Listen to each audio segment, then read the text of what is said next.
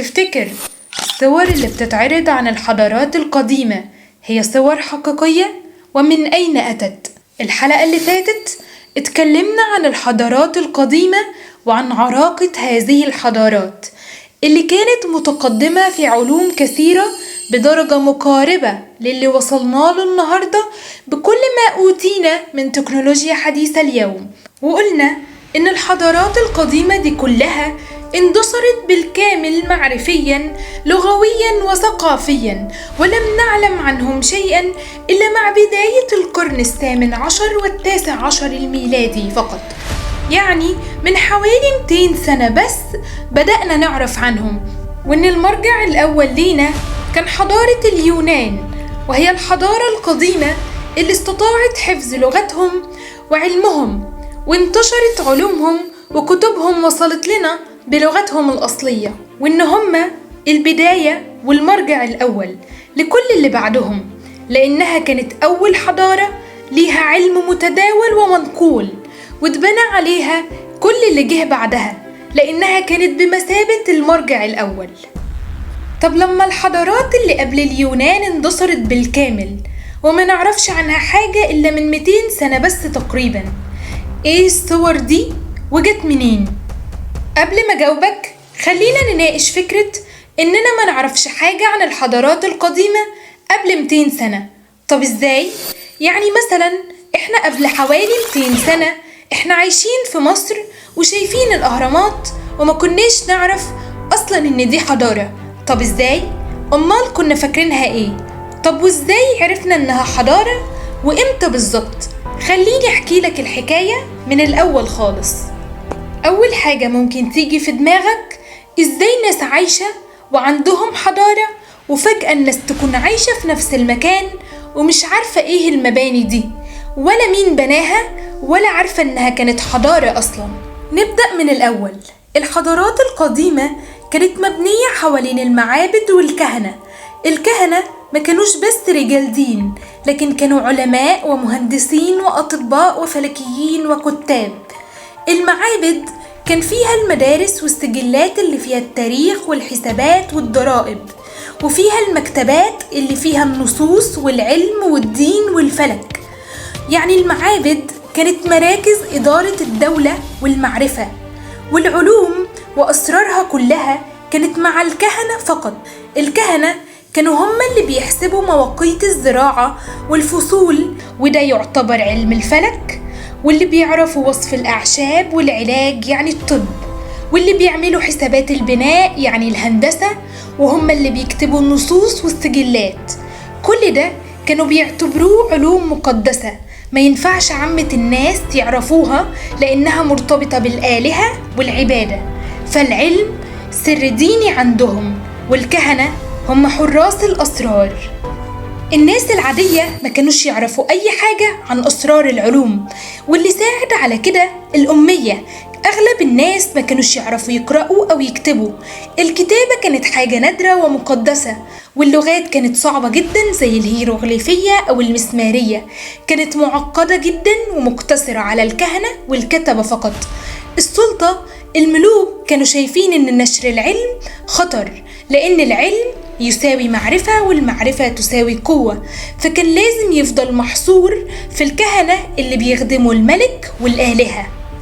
في مصر القديمة الكهنة هم اللي اخترعوا التقويم، وهم اللي عرفوا الفلك وتحديد فيضان النيل، وكان عندهم كتب سرية اسمها كتب الحكمة أو كتب الأسرار، ما بيسمحوش لحد يقرأها إلا الكهنة المتدربين.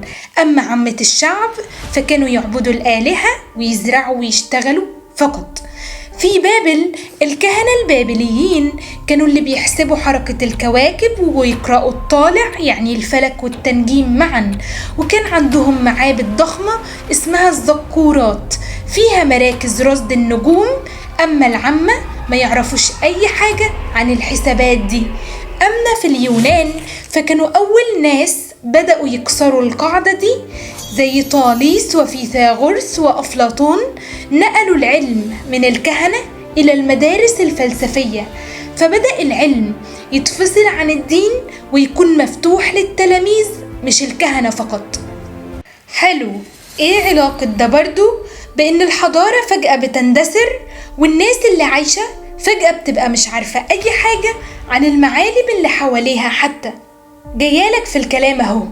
علشان الحضارة تندثر أول حاجة بتمر بمراحل ضعف داخلي، وده ليه أسباب هنشوفها في الحضارات دلوقتي. وبعد الضعف يحصل غزو على الحضارة، وبكده الحضارة تندثر تماما. طب ليه؟ ايه اللي بيحصل لما بيحصل غزو؟ لما بيحصل الغزو مش بيكون بس عسكري، لكنه كمان ثقافي ومعرفي. أول حاجة بتتعمل تدمير السلطة الدينية والعلمية. الغزاة أول حاجة بيعملوها يلغوا سلطة الكهنة ويقتلوهم، لأن الكهنة هم رمز الهوية والعقل المفكر للحضارة. لما يختفوا محدش يبقى عنده علم بالنصوص ولا المعاني القديمة. مثلا لما الفرس غزوا بابل سنة 539 قبل الميلاد، لغوا دور معبد إسكيلا اللي كان مركز العلم البابلي، فانهار التعليم الديني والعلمي تماما. تاني حاجة بتبقى الاستيلاء على المعابد والمكتبات. الغزاة كانوا بيشوفوا المعابد كأماكن خطر لأن فيها قوة رمزية، فكانوا يا إما يحرقوها زي اللي حصل في مكتبة الإسكندرية، أو ينهبوا محتوياتها من ذهب وكتب وبرديات يحولوها لعبادة جديدة، زي ما الرومان حولوا معابد مصر لعبادة آلهتهم. النتيجة ضياع السجلات الأصلية اللي كانت بتحفظ التاريخ والعلم. المرحلة الثالثة بتكون فرض اللغة الجديدة. اللغة القديمة كانت سر بقاء الهوية، فالغزاة بيفرضوا لغتهم في الإدارة والتعليم والدين. الجيل الجديد يتعلم اللغة الجديدة وينسى لغته الأصلية بالتدريج. مثال، بعد دخول اليونان مصر اللغة الرسمية بقت اليونانية، وبعد الرومان بقت اللاتينية، ثم بعد الإسلام العربية، فماتت اللغة الهيروغليفية. وبعد كل ده تكون بداية النسيان. بعد جيل أو جيلين الناس لسه شايفة المعابد والأهرامات، لكن مفيش حد يقدر يقرأ أو يفهم الرموز. اللغة القديمة ماتت، الديانة اتبدلت والقصص اتشوهت أو بقت أساطير، لأن كل الأسرار والعلوم كانت عند الكهنة، والكهنة تم السيطرة عليهم وقتلهم، وأصلا الشعب كان مش بيعرف يقرأ أو يكتب. العلوم واللغة كانت حاجة خاصة بكهنة الحضارة، وبالتالي بعد جيل أو جيلين بالكتير قوي بيحصل إن الحضارة بتبقى كأنها ما كانتش موجودة قبل كده أصلا، رغم قوتها وعلومها القوية. خلينا ناخد مثال مصر القديمة. بعد الغزو الفارسي ثم اليوناني ثم الروماني، الكهنة فقدوا سلطتهم والمعابد اتقفلت نهائيا في القرن الرابع الميلادي، يعني من حوالي 2000 سنة. اللغة الهيروغليفية ماتت، ومعاها ضاع سر الحضارة الفرعونية بالكامل. والناس بعد كده شافوا الأهرامات بس فسروها بأسلوبهم، لأنهم ما بقاش عندهم مصدر رسمي، فبدأوا يفسروها حسب ثقافتهم. في العصور الإسلامية قالوا إنها مخازن سيدنا يوسف للغلال، وفي العصور الوسطى الأوروبية قالوا بناها العمالقة أو السحرة، وفي حكايات وروايات تانية إنها قبور لملوك ما قبل الطوفان. وبكده احنا قبل حوالي 200 سنة كنا شايفين أهرامات، لكن ما كناش نعرف إنها دليل على حضارة عريقة من 6000 سنة. وطبعا قبل الغزو الفارسي الأول على الحضارة المصرية سنة 525 قبل الميلاد حصل تدهور سياسي وفساد داخلي. الحكماء كانوا ضعفاء والكهنة ليهم سلطات كبيرة، وحصل ضعف للجيش، وبعد كده حصل الغزو، فاندثرت الحضارة تماما. بلاد الرافدين بعد غزو الفرس ثم الإسكندر اللغة المسمارية اندثرت، الكهنة البابليين ماتوا، فاختفى علم الفلك البابلي والرياضيات اللي كانوا متقدمين فيها جدا. وقبل الغزو حصل تدهور. قبل الغزو المدن السومرية كانت متفرقة ومتنازعة، ضعف سياسي داخلي وصراعات مستمرة بين المدن جعلتهم عرضة للغزو. خلينا نوضح كم حاجة علشان الصورة تبقى واضحة برضو. زمان أيام الحضارات القديمة الوضع كان مختلف جدا. الحضارات القديمة كانت منغلقة، كل حضارة كانت عايشة في عالمها الخاص، مركزها هو مدينتها أو واديها، زي وادي النيل، وادي الرافدين، ووادي السند، واللي حواليها كان يعتبر البرية أو أرض الشعوب الغريبة. الحضارات كانت بتقعد وتستمر آلاف السنين. كان في حضارات عظيمة موجودة في نفس الوقت، لكن ما كانش فيهم حد يعرف حاجة عن التاني تماما. يعني الحضارة المصرية القديمة من حوالي 3100 قبل الميلاد، يعني من حوالي 5000 سنة. في نفس الفترة دي كان في حضارات تانية ضخمة على بعد آلاف الكيلومترات، والمصريين ما كانوش يعرفوا عنها أي حاجة. حضارة وادي الرافدين، السومريين والبابليين والآشوريين اللي كان موقعهم العراق حاليا، بدأت حوالي 3500 قبل الميلاد واستمرت آلاف السنين. كانت أقرب حضارة كبيرة للمصريين، وكان في بينهم وبين بعض تواصل تجاري أحيانا. لكن مثلا ما كانوش يعرفوا حاجة عن الهند أو الصين. حضارة وادي السند في باكستان وشمال الهند بدأت حوالي 2600 قبل الميلاد واستمرت تقريبا 1000 سنة، بس الحضارة دي ما كانش فيه بينها وبين مصر أو الصين أي تواصل مباشر. يعني في الوقت اللي المصريين بيبنوا الأهرامات، كان أهل وادي السند بيبنوا مدن عظيمة بنظام هندسي مذهل، وكل واحد منهم مش عارف عن التاني أصلا. الحضارة الصينية القديمة بدأت حوالي 2000 قبل الميلاد أو قبل كده بشوية. يعني في الوقت اللي في مصر كان فيها الفراعنة، وفي العراق البابليين، في الصين كان في ملوك وأباطرة بيبنوا حضارتهم العظيمة، لكن ولا واحد فيهم يعرف بوجود التاني. يعني كان بيبقى في 4 أو 5 حضارات عظيمة جدا في نفس الوقت، زي الحضارة المصرية القديمة وحضارة وادي الرافدين ووادي السند وحضارة الصين، وكل واحدة منهم كانت عالم كامل لوحدها، قوية غنية ومليانة علم ومعابد ومدن، لكن ما تعرفش إن التانية موجودة أصلا. طب والتجارة، هل ما كانش فيه تجارة بين الحضارات خالص؟ خلينا نشوف كده. التجارة زمان ما كانتش زي النهاردة. التجارة بين الحضارات القديمة كانت محدودة جدا ومجزأة. يعني مثلا حضارة تتاجر مع جارتها، جارتها تتاجر مع جارتها التانية، وهكذا لحد ما المنتج يوصل بعيد جدا، بس بدون ما الطرف الأخير يعرف مين أصله. مثلا الحرير الصيني كان يوصل لمصر أو روما، لكن الرومان ما كانوش يعرفوا شكل الصينيين ولا لغتهم عاملة ازاي.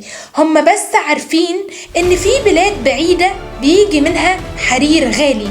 حتى لو في تجارة بسيطة، الأفكار والعادات والديانات ما كانتش بتنتقل بنفس السهولة.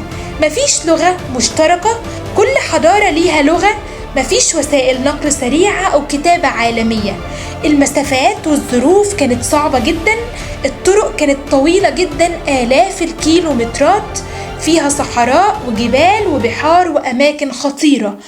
الوسيلة كانت جمال أو سفن بدائية، يعني التواصل المستمر أو نقل المعلومات كان شبه مستحيل، فالمعرفة ما كانتش بتنتقل بنفس سهولة انتقال السلع. طب ليه بقى مدام كل حضارة كانت في وادي كده لوحدها كان بيحصل غزو؟ كان في 5 دوافع رئيسية تخلي أي حضارة قديمة تغزو التانية. 1. الطعام والزراعة. كتير من الحضارات كانت بتقوم حوالين أنهار زي نهر النيل ودجلة والفرات. الأرض الخصبة قليلة جدا، فكل ملك كان عايز يسيطر على الأراضي دي.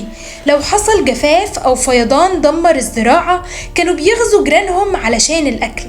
مثال، الهكسوس غزوا مصر في وقت ضعف وفقر وجفاف حوالي 1650 قبل الميلاد. الثروات والمعادن. زمان كان اللي معاه ذهب أو نحاس أو حديد يقدر يبني جيش ويسود، فكان الغزو وسيلة سريعة لجمع الغنائم. مثال: الآشوريين غزوا بلاد الشام ومصر علشان الموارد والذهب. السلطة والمجد. الملوك زمان كانوا بيقيسوا عظمتهم بعدد البلاد اللي غزوها، يعني الغزو كان بيساوي مجد شخصي زائد اسم يذكر في التاريخ. كده يبقى احنا لمينا معظم الصورة كلها. طب دلوقتي فهمنا الحضارات كانت بتندثر ازاي تماما. طب ازاي اتحول العالم لعالم مترابط والعلوم بقت ليها أصل وجذر وبقى فيه تواصل حضاري؟ احنا عارفين من المرة اللي فاتت ان اليونان هم اول من وثقوا علومهم ووصلت لنا بلغتهم الاصلية واللي هي اللاتينية. بس تفتكر ازاي؟ مش كل حضارة كانت في حالها؟ ازاي بقى اليونان علومهم انتشرت وبقت مرجع للي بعدها؟ انتشرت فين وبقت مرجع لمين ووصلت ازاي؟ تعال احكي لك. الحضارات القديمة اللي اتكلمنا عنها كانت موجودة في نفس الوقت في أماكن مختلفة وملهاش علاقة ببعض.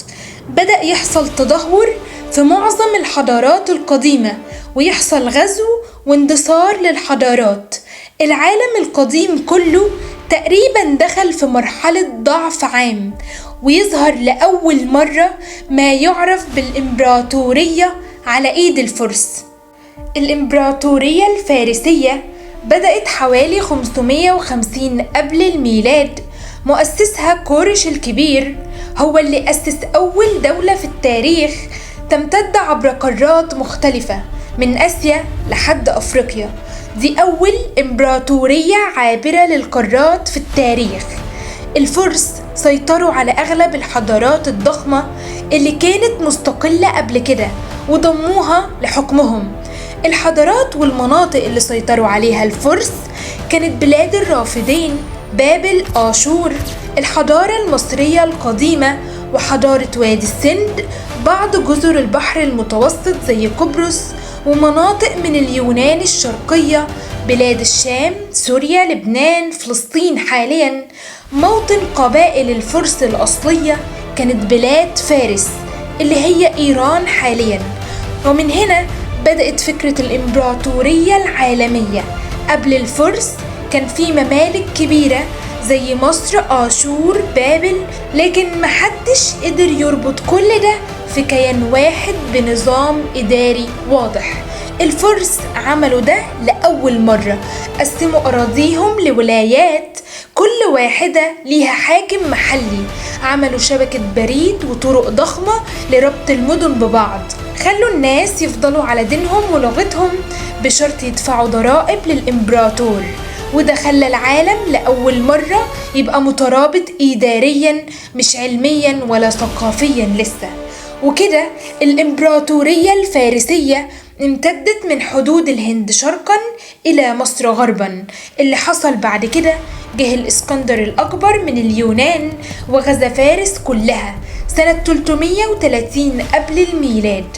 الإسكندر كان عبقري عسكريا، قدر يوحد الشرق والغرب لأول مرة في التاريخ. وبعد كده جت الإمبراطورية الرومانية، جت بعد حوالي 3 قرون من الإسكندر. الرومان بدأوا من إيطاليا ووسعوا نفوذهم لحد أوروبا كلها وشمال أفريقيا والشرق الأوسط، سيطروا على مصر والشام وتركيا وشمال أفريقيا. الرومان اتأثروا جدا باليونانيين، نقلوا عنهم الفلسفة والفن والعمارة وحتى المعتقدات، يعني في تسلسل ثقافي يبدأ من اليونان. بعد ما الإمبراطورية الرومانية انهارت والفرس تراجعوا وضعفوا، ظهرت الإمبراطورية الإسلامية من القرن السابع ميلاديا، يعني من سنة 600 قبل الميلاد تقريبا. انتشر الإسلام بسرعة ووصل من الأندلس غربا إلى حدود الهند شرقا، وبكده الإسلام جمع أجزاء كانت منفصلة قبل كده: الشرق الأوسط، شمال أفريقيا، فارس والهند وما إلى ذلك. النتيجة الإمبراطورية الإسلامية كانت وريثة تقريبا لكل اللي قبلها، لأنها جمعت أراضي الفرس والرومان ومصر القديمة في نظام واحد. وطبعا احنا عارفين من الحلقة اللي فاتت إن بعد الإمبراطورية الإسلامية بدأت عصور النهضة في أوروبا في القرن ال14 ميلاديا. بدأت بعد ما الأوروبيين احتكوا بالعرب والمسلمين، خاصة بعد الحروب الصليبية وسقوط الأندلس. ومن الحلقة اللي فاتت برضو كنا عارفين ان اوروبا اللي هي الرومان واليونان وقتها دخلت في العصور الوسطى في فترة ظلام وتدهور علمي وسيطرت عليهم الكنيسة، وبعد احتكاكهم مع المسلمين رجعوا تاني وبدأوا عصر النهضة. ومن بعد عصر النهضة يتوالى الثورة الصناعية، تبدأ من القرن ال18 ميلاديا إلى القرن ال19 ميلاديا، وبعدها الثورة التكنولوجية الرقمية تبدأ من القرن ال20 ميلاديا إلى الآن. احنا كنا بدأنا الحلقة دي ليه أصلا؟ علشان نجاوب على سؤال: صور الحضارات اللي بنشوفها هل هي حقيقية؟ جت منين؟ هل نقصد باندثار الحضارة اندثار علمي ومعرفي وتاريخي فقط، وإن المعالم موجودة ودي صور المعالم الحقيقية، ولا ده كله AI وبعض المعالم فقط هي اللي موجودة؟ هل في حضارات اندثرت بالكامل ومعالمها ما بقتش موجودة تماما؟ ده اللي كنا عايزين نعرفه. جينا هنا ازاي؟